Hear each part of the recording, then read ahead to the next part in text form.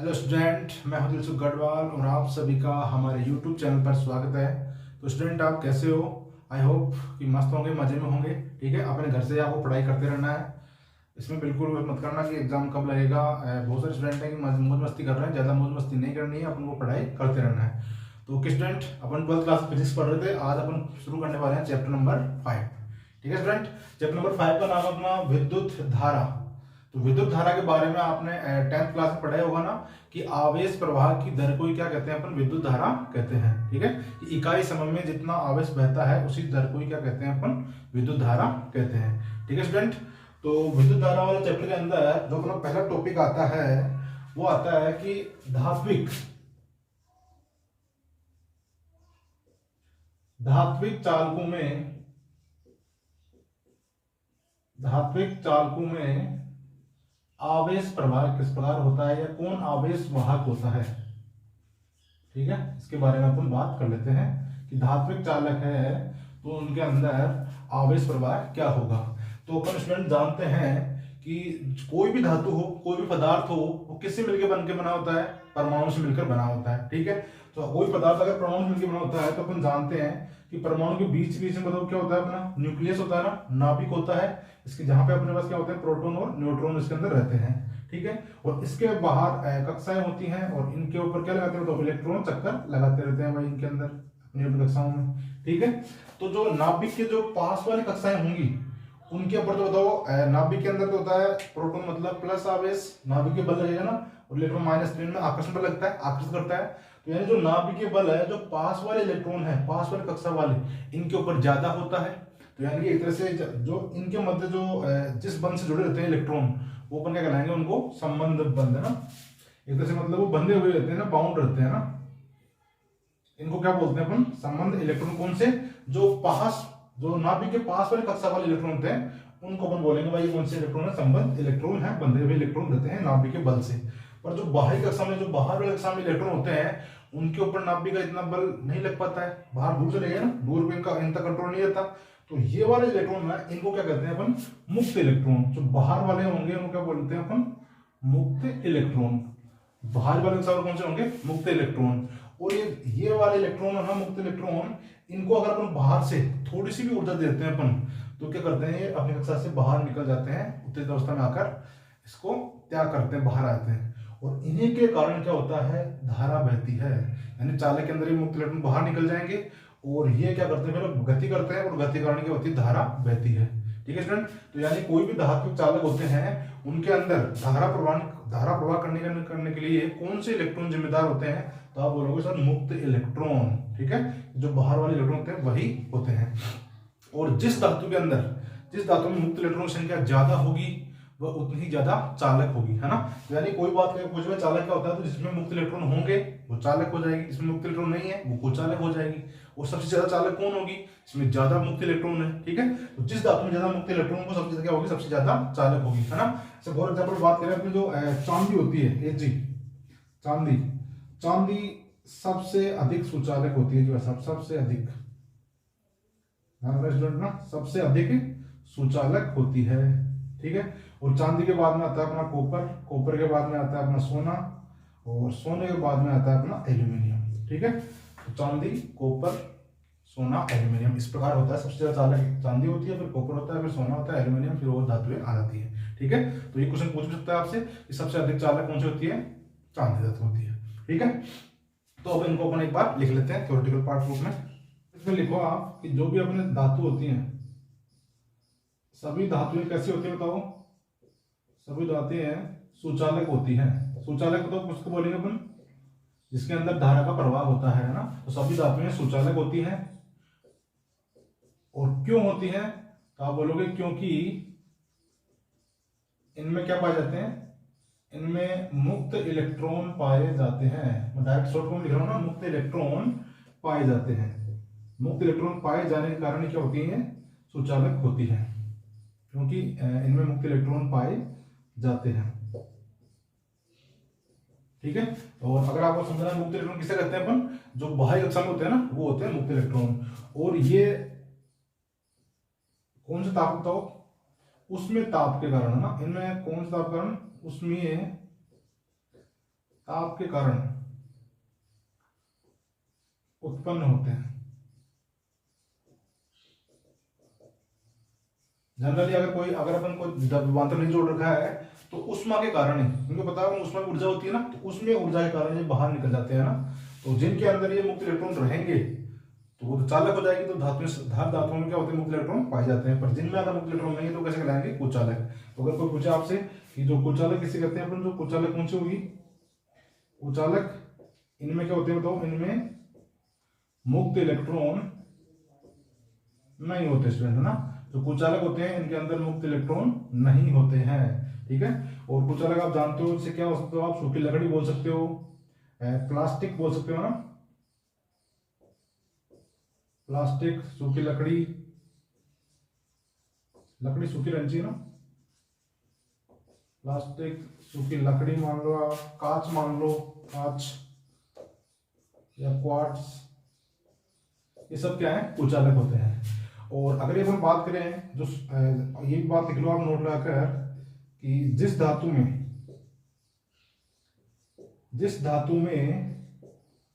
मुक्त इलेक्ट्रॉन सबसे ज्यादा होंगे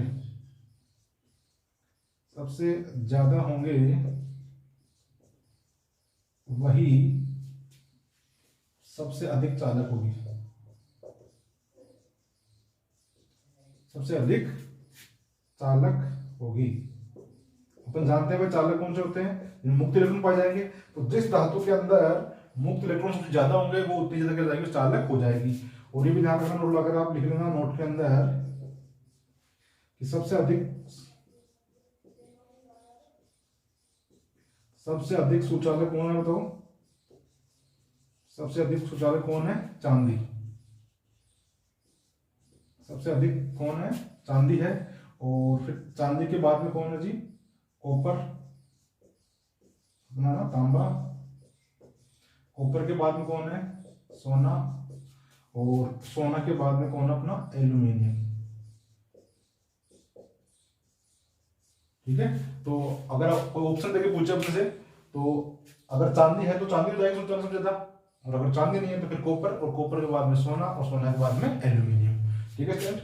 और अपने जो जनरली जो वायर होते हैं, तार होते हैं, तो बताओ चांदी के क्यों नहीं बनाए जाते, कॉपर के भी नहीं जाते, अपन एल्यूमिनियम के तार ही हुआ करते हैं, सोने के भी नहीं होते, ऐसा क्यों? क्योंकि हमें पता है कि ये जो धातु है, चांदी, कॉपर और सोना, ये बहुत महंगे होते हैं ना। ऐसे एल्यूमिनियम भी महंगा होता है, पर ये इनसे भी ज्यादा महंगे होते हैं। तो उनको पता है कि लोग बाग छोड़ेंगे नहीं, अपना भारत देश ऐसा ही है, तो इसलिए इनका अपने उपयोग नहीं करते, ठीक है। सबसे ज्यादा चांदी होती है। तो जैसे अपने इलेक्ट्रॉनिक्स के अंदर आते हैं तो छोटे छोटे वायर, बिल्कुल धारी से तार होते हैं, पतले पतले महीन, उनके अंदर अपन चांदी ही यूज करते हैं। ओके स्टूडेंट, तो नेक्स्ट हेडिंग लगाओ आप, मुक्त इलेक्ट्रॉनों की अनियमित गति। आप कि मुक्त इलेक्ट्रॉनों की अनियमित गति, तो आप नाम से समझोगे, अनियमित मतलब इन इलेक्ट्रॉनों क्या होती है तो दिशा निश्चित नहीं होती है, हर संभव दिशा में गति करते हैं कौन, मुक्त इलेक्ट्रॉन, ठीक है। तो जो भी अपनी धातु होती है, धातु के अंदर जहां पे आयनों को जो खालिस्तान जगह मिल जाती है, उन खालिस्तान जगहों के अंदर मुक्त इलेक्ट्रॉन करते हैं, गति करते रहते हैं और आपस में टकराते रहते हैं। और टक्कर के कारण इनका वेग है ना लगातार क्या रहता है, बदलता रहता है ना, टक्कर के कारण का वेग बदलता रहता है। और ये जो गति होती है इलेक्ट्रॉन की, वो किसी कारण होती है, उसमें ऊर्जा के कारण ही होती है स्टूडेंट, है ना, उसमें ऊर्जा के कारण गति करते रहते हैं ये। और इनका अगर अपन औसत वेग निकालें, वह सबका वेग होता है, पर अगर हर संभव दिशा में होता है, अनियमित गति कोई भी दिशा में वेग घुसता है, अगर इनका टोटल एवरेज निकालते हैं तो वो वेग स्टूडेंट कितना आता है, इनका 0 आता है ना, औसत कितना होता है इनका, 0 होता है। तो अपन अगर बात करें कि जो मुक्त इलेक्ट्रॉन कहाँ गति करते हैं, मुक्त इलेक्ट्रॉन, मैं डायरेक्ट लिख रहा हूं इसे ना, मुक्त इलेक्ट्रॉन धातु के जो खाली जगह रह जाती है ना, कोष्टक में ना, खाली जगह में गति करते हैं ना, गति करते हैं और आपस में या फिर धातु से आपस में टकराते रहते हैं,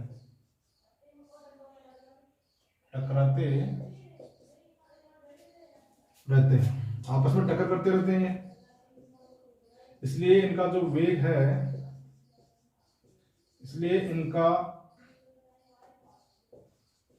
वेग लगातार क्या होता रहता है, तो बदलता रहता है, परिवर्तित होता रहता है ना।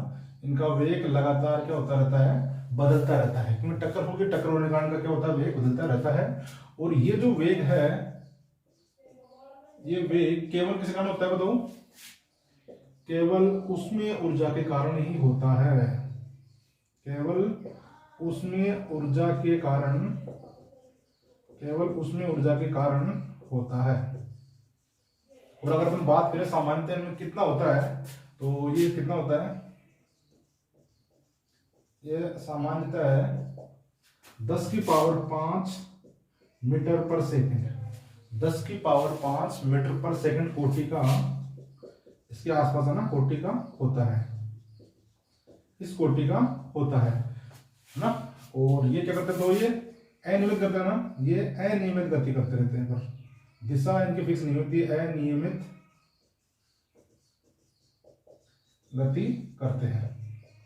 वेग तो होता है इनका सबका अलग अलग होता है, पर हर दिशा में अलग अलग होता है। अगर अपन मान लें इनका कि माना जो इलेक्ट्रॉनों का जो वेग है, मान लेते हैं पहले वाले का u1 वेक्टर है, दूसरे का u2 वेक्टर है, u3 वेक्टर है, ऐसे डॉट डॉट un वेक्टर। अपने पास कितने n इलेक्ट्रॉन है, तो जो n इलेक्ट्रॉनों का क्या है बताओ, ये मुक्त इलेक्ट्रॉनों का क्या है, वेग है। मुक्त इलेक्ट्रॉनों का वेग है। अपन मान लें कि माना अपने पास n मुक्त इलेक्ट्रॉन है, इनका पहले वाले का u1 vector, u2 vector, u3 vector, ऐसे बहुत सारे इनके वेग हैं। तो अगर इनका अपन औसत वेग निकालते हैं, अगर इनका क्या निकालते हैं अपन, औसत वेग कितना होगा इनका सबका दिशा के साथ, तो अगर अपन u एवरेज निकालते हैं तो बताओ क्या करते हैं अपन, राशियों का योग बटा राशियों की संख्या। तो अगर इनको अपन सबको सदिश योग करते हैं इनका बटे n करते हैं, तो ये u एवरेज कितना आएगा स्टूडेंट, 0 आएगा। इनका सबका जो औसत वेग होता है वो कितना होता है, 0 होता है। क्यों होता है, क्योंकि अनियमित गति करते रहते हैं, और इनका जो अगर सभी वेक्टरों को अगर अपन सदिश रूप में एक दिशा में लाने की कोशिश करते हैं तो सब एक दूसरे को निरस्त कर देते हैं, और टोटल वेग कितना आता है, 0 आता है। ठीक है, इसलिए तो बोलते हैं ना, कोई भी अगर पास अपने पास धातु का टुकड़ा है, अगर कोई तार है, तो बताओ अगर कोई अपने पास तार पड़ा है तो इसके अंदर बताओ मुक्त इलेक्ट्रॉन होंगे, और मुक्त इलेक्ट्रॉन क्या करते हो स्टूडेंट, गति करते रहेंगे ना, गति करते रहेंगे। अगर बताओ इनका अगर औसत वेग 0 नहीं होगा, तो औसत वेग 0 होगा, इलेक्ट्रॉनों का प्रवाह होगा, कोई ना कोई दिशा के अंदर, कोई ना कोई निश्चित दिशा में प्रवाह होगा। और आपने बताया कि अगर आवेश का प्रवाह होता है तो क्या होती है, धारा उत्पन्न होती है। तो आपको पता है कि कोई भी तार को अगर कोई किसी से अपन विद्युत परिपथ से नहीं जोड़ रखा है, तो क्या अपन छूते हैं तो क्या उसमें करंट आता है, क्या नहीं आता ना। क्यों नहीं आता, क्योंकि उनका जो नेट वेग आता है ना, वो कितना आता है, 0 आता है। अगर वेग 0 होगा तो यानी आवेश का प्रवाह ही नहीं होगा, इसलिए उसमें धारा ही नहीं बहेगी ना, तो इसके अंदर करंट नहीं आता है। आप अगर बाहर से अगर विद्युत परिपथ में जोड़ देते हो तभी इसके अंदर विद्युत धारा प्रवाह होगी, यानी करंट इसके अंदर फ्लो होगा। ठीक है स्टूडेंट, तो ध्यान रखना कि इनका जो औसत वेग कितना आता है, 0 आता है। इसी कारण अगर कोई अपने पास धातु का टुकड़ा है या कोई तार है तो इसमें करंट नहीं आता है ना। तो अगर आप लिखना चाहो तो लिख सकते हो आप नोट लगा के, जो अपने मुक्त इलेक्ट्रॉन है, तो मुक्त इलेक्ट्रॉन का जो औसत वेग कितना होता है, 0 होता है। औसत वेग 0 होता है, इसीलिए ही हम बोल सकते हैं, इसीलिए ही चालक तार के टुकड़े में धारा या जो अपना करंट नहीं बहती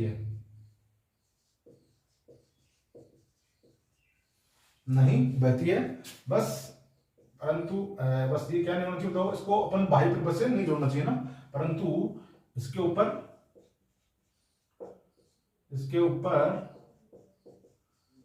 विभवांतर या फिर कोई बाह्य परिपथ विभवांतर ना हो। ये बात ध्यान रखना, इसके ऊपर कोई बाह्य परिपथ अपन नहीं जोड़ रखा है, अलग पड़ा है ऐसे, तो उसमें धारा नहीं बहेगी। क्यों नहीं बहेगी, क्योंकि औसत वेग ही 0 होता है।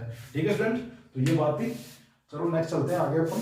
तो नेक्स्ट स्टडी देखो आप स्टूडेंट, अपवाह वेग या अपवहन वेग बोल सकते हैं, या फिर बोलते हैं इसको अनुगमन वेग बोलते हैं स्टूडेंट, है ना। अपवाह वेग या अपवहन वेग या अनुगमन वेग, ये क्या होता है स्टूडेंट। तो क्या होता है कि जब अगर अपने पास कोई चालक है या धातु का कोई भी तार है, उसके ऊपर अगर अपन बाह्य विभवांतर आरोपित करते हैं बाहर से, है ना। पहले अपन क्या करते हैं, बाहर नहीं करते, पर अगर इसके ऊपर कोई विद्युत धारा प्रवाहित कर रहे हैं इसके अंदर, तो अब बताओ, पहले ये इलेक्ट्रॉन गति कर रहे थे, पर अगर इसके ऊपर बाह्य विभवांतर आरोपित करेंगे तो बताओ इनके ऊपर एक बल काम करेगा नहीं करेगा? बल कार्य करेगा, और बल के कारण ये बताओ क्या करेंगे? गति करेंगे, और एक निश्चित दिशा में करेंगे, जिधर बल लग रहा है उधर ही गति करेंगे। तो ये गति करने के कारण तो बहुत सारे इलेक्ट्रॉन होते हैं, मुक्त इलेक्ट्रॉन, तो इनमें क्या होती है? आपस में टक्कर भी होती है। या तो आपस में टकरा सकते हैं, या इसमें जो धन आयन है उससे टकरा सकता है, या अन्य आयनों से भी ये टकरा सकते हैं मुक्त इलेक्ट्रॉन। तो ये मुक्त इलेक्ट्रॉन में टक्कर होती है, और इस टक्कर के दौरान जो इलेक्ट्रॉन का जो अधिकतम वेग होता है या इसका जो औसत वेग होता है, उसी को क्या बोलते हैं स्टूडेंट? अपन अफवाह वेग कहते हैं। ठीक है, जो टक्कर के कारण, और ये बात करते हैं कि दो उत्तरोत्तर, दो अगर एक टक्कर हुई उसके बाद में दूसरी टक्कर होने वाली है, इसके बीच जो अधिकतम वेग होगा या जो औसत वेग होगा, उसी को क्या बोलते हैं स्टूडेंट? अपन अफवाह वेग या अनुगमन वेग ना, या फिर अपवन वेग अपन कहते हैं इसको। ठीक है, और इसको वी डी द्वारा व्यक्त करते हैं। ये भी ध्यान रखना इसको ना, अपन वी डी द्वारा क्या करते हैं? इसको व्यक्त करते हैं अपवन वेग को। इसको ड्रिफ्ट वेलोसिटी बोलते हैं इसको। तो इसमें क्या हो गया? जब किसी चालक के सिरों के मध्य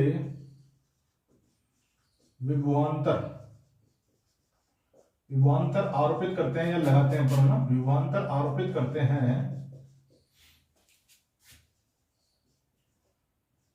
करते हैं, तो मुक्त इलेक्ट्रॉनों पर, जो अपने मुक्त इलेक्ट्रॉन है, मुक्त इलेक्ट्रॉनों पर बल कार्य करता है।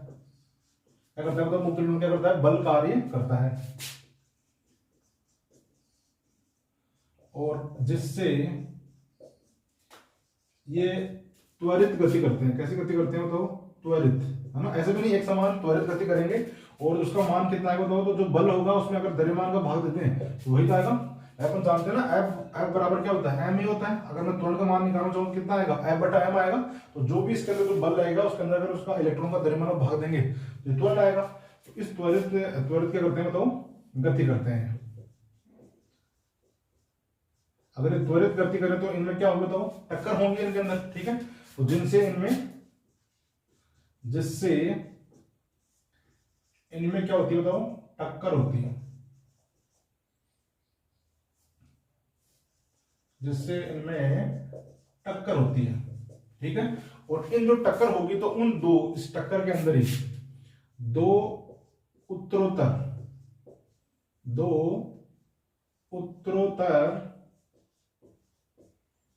टक्करों के बीच, दो उत्तरोत्तर टक्करों के मध्य,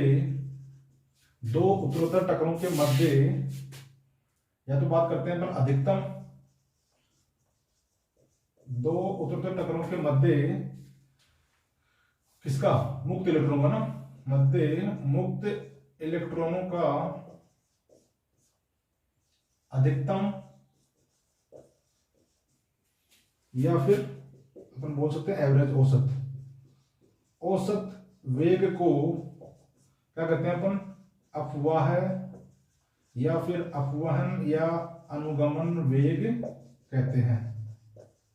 ठीक है स्टूडेंट, किसे कहेंगे अपन? एक बार फिर से पढ़ रहा हूं कि ये तो बात है कि जब किसी चालक को अगर बाह्य विभवांतर से अपन जोड़ते हैं तो उन मुक्त इलेक्ट्रॉन के मध्य बल कार्य करता है, और उस कारण ये त्वरित गति करते हैं, और इनके कारण टक्कर होगी।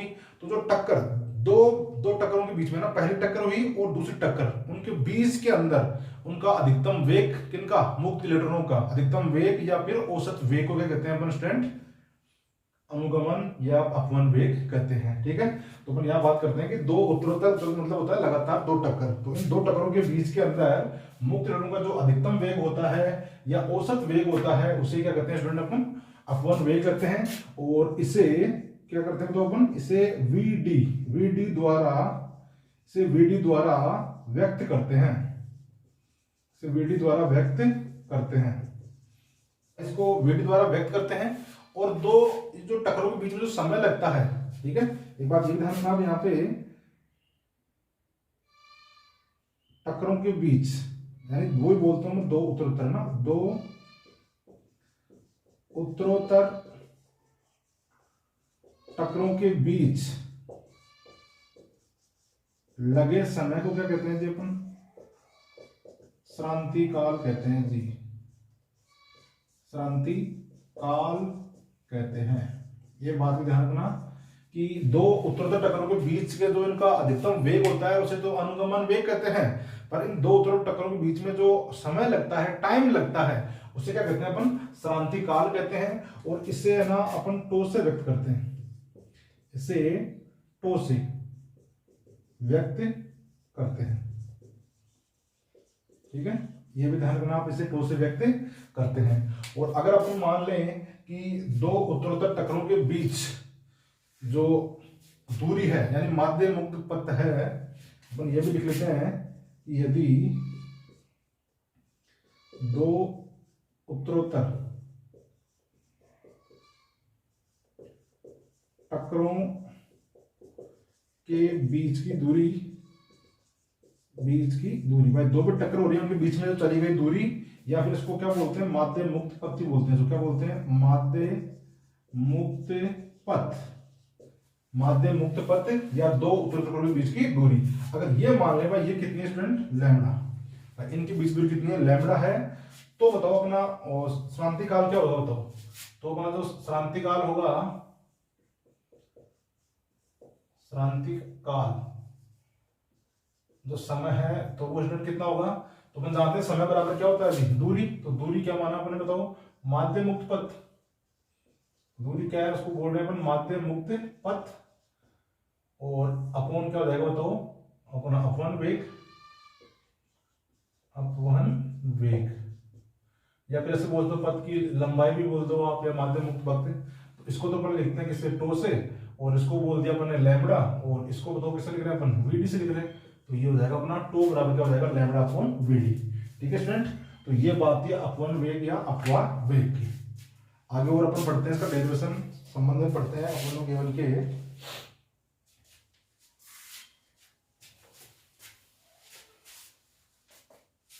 चलिए स्टूडेंट, नेक्स्ट अपना टॉपिक है कि अनुगमन वेग तथा विभवांतर में क्या संबंध होता है। ठीक है, इनमें संबंध स्थापित करना है।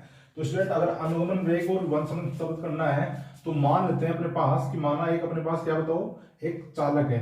चलो ठीक है जी, अपन एक चालक मान लेते हैं अपने पास। ये चालक तार है कोई भी अपना, ये लो जी चालक तार मान लिया अपने PQ। चालक तार कौन है? अपना PQ चालक तार है। और इसकी जो लंबाई है स्टूडेंट, वो लंबाई कितनी है? L। इसकी लंबाई कितनी मान लेते हैं अपन? L लंबाई का एक चालक तार है। और इसको अगर विभवांतर आरोपित करना है, विभवांतर संबंध निकालना है, इसको मतलब इसको बैटरी के द्वारा जोड़ते हैं। तो इसको अगर मान लेते हैं अपन एक बैटरी के द्वारा जोड़ देते हैं इसको। ठीक है स्टूडेंट, ये लो जी बैटरी, इसका एक सिरा प्लस का मान लिया और एक माइनस का मान लिया। तो अब मुझे बताओ इसमें क्या होते हैं स्टूडेंट? मुक्त इलेक्ट्रॉन होते हैं। हाँ, इसमें क्या होते हैं? मुक्त इलेक्ट्रॉन होते हैं चालक के अंदर। ठीक है जी, अब जैसे बताओ अगर इसको बैटरी के द्वारा विभवांतर आरोपित करते हैं तो ये प्लस सिरा है, तो ये प्लस का होगा इधर वाला, ये माइनस का होगा। तो हमें पता है कि माइनस और माइनस में अगर इधर माइनस होगा इधर प्लस होगा, तो माइनस माइनस क्या होता है? प्रत्यक्ष संबंध होता है। तो यानी इलेक्ट्रॉन को दो किधर गति करेंगे? इधर। यानी कि अपने जो मुक्त इलेक्ट्रॉन है वो प्लस वाले की ओर, तो मुक्त इलेक्ट्रॉन इधर गति करेंगे इसके अंदर। ठीक है जी, और इधर गति करेंगे तो इनमें टक्कर होगी। ठीक है, तो यानी जिधर बल लग रहा है, और अपना विद्युत क्षेत्र क्या लगता है? तो हमेशा प्लस से माइनस की ओर लगता है ना। तो यानी कि इसका जो अपना विद्युत क्षेत्र है, अपना ई वेक्टर है, वो इधर लगेगा, ये वाली इस दिशा में विद्युत क्षेत्र लगेगा, और इलेक्ट्रॉन इधर गति करेंगे। और L लंबाई का चालक तार है अपना, और इसको V वाले वोल्ट की बैटरी से इसको क्या कर दिया अपने? इसके ऊपर आरोपित कर दिया। ठीक है, तो जो अपन ने माना है पहले स्टूडेंट को लिख लेते हैं अपन यहाँ पे कि माना एक चालक कौन है? तो PQ है ना। माना एक PQ चालक है जिसकी लंबाई कितनी मान रहे हैं स्टूडेंट अपन? इसकी लंबाई कितनी है? इसकी लंबाई स्मॉल l है, तथा इस पर क्या कर रहे हैं अपन? V वोल्ट या V विभवांतर आरोपित करते हैं। क्या कर रहे हैं अपन? विभवांतर आरोपित कर रहे हैं। और अगर ये आरोपित कर रहे हैं तो अपने जो विद्युत क्षेत्र दिशा किधर है बताओ? विद्युत क्षेत्र जो ई वेक्टर है की दिशा किधर बताओ? इसकी दिशा है P से Q की ओर ना, P से Q की ओर है।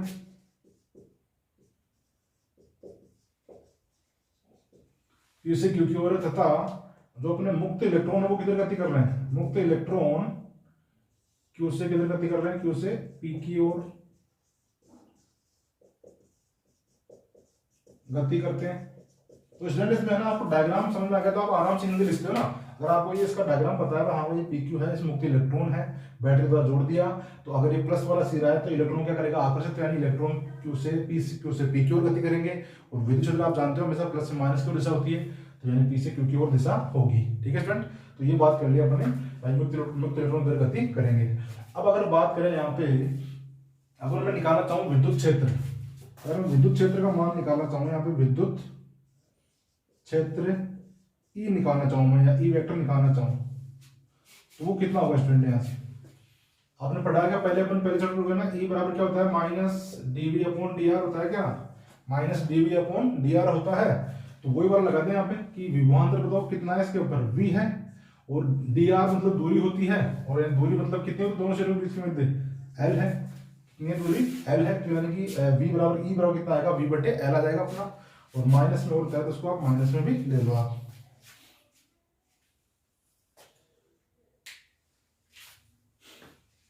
क्या हो गया, माइनस V बटे L आ गया अपने पास विद्युत क्षेत्र। ठीक है, अब अगर अपन बल की बात करें तो इसके ऊपर बल कितना लगेगा स्टूडेंट, तो अपन जानते हैं कि बल बराबर होता है, अगर मैं बल निकालना चाहूं तो अपन बताओ बल पड़े QE, है ना, कोई आगे आवेश अगर गति कर रहा है वहां पे विद्युत क्षेत्र है तो QE होता है। तो यहाँ पर अगर बल का मान निकालना चाहूंगा स्टूडेंट, तो F बराबर Q, तो आवेश कौन है बताओ, इलेक्ट्रॉन है, इलेक्ट्रॉन आवेश पता माइनस E होता है, और यहाँ इंटू यहाँ पे क्या आएगा, E आएगा। तो इसका मतलब स्टूडेंट अपने पास F बराबर कितना हो जाएगा, E का मान तो ये माइनस E है ही, और अपने E का मान निकाल लिया स्टूडेंट कितना, into minus V upon L हो गया। तो यानी कुल मिलाकर F बराबर हमारे पास कितना हो गया, EV upon L, EV upon L। ये किसका मान आ गया स्टूडेंट, बल का मान आ गया EV अपॉन L। अगर मेरे को यहां से किसका मान निकालना है स्टूडेंट, त्वरण का मान निकालना है, किसका मान निकालना है, त्वरण का। तो अगर त्वरण का मान निकालना चाहूँ तो बताओ यहाँ पे ma होगा, यहाँ पे बल का मान कितना होता है, ma होता है, और ma, और यहाँ पे EV और बटे L है। तो यहाँ से मैं अगर a का मान निकालना चाहूँ स्टूडेंट तो क्या हो जाएगा, ये EV L अपॉन m आ जाएगा। और ये m किसका हुआ स्टूडेंट, ये m है इलेक्ट्रॉन का द्रव्यमान, m क्या है, ये इलेक्ट्रॉन का द्रव्यमान है। तो a बराबर कितना आएगा अपने पास, EV upon L into ME। और इसका जो प्रारंभिक वेग है स्टूडेंट वो कितना है,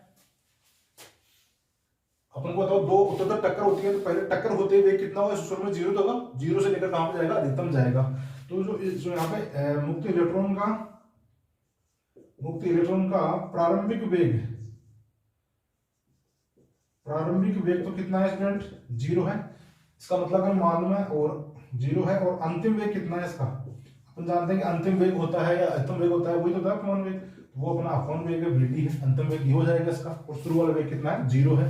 तो स्टूडेंट अपन यहाँ पे अगर गति का समीकरण लगाएं अपन यहाँ पे, अपन जानते हैं कि v बराबर क्या होता है, u प्लस at होता है, u प्लस क्या होता है, at होता है। तो अंतिम वेग तो स्टूडेंट कितना है यहाँ पे, vd।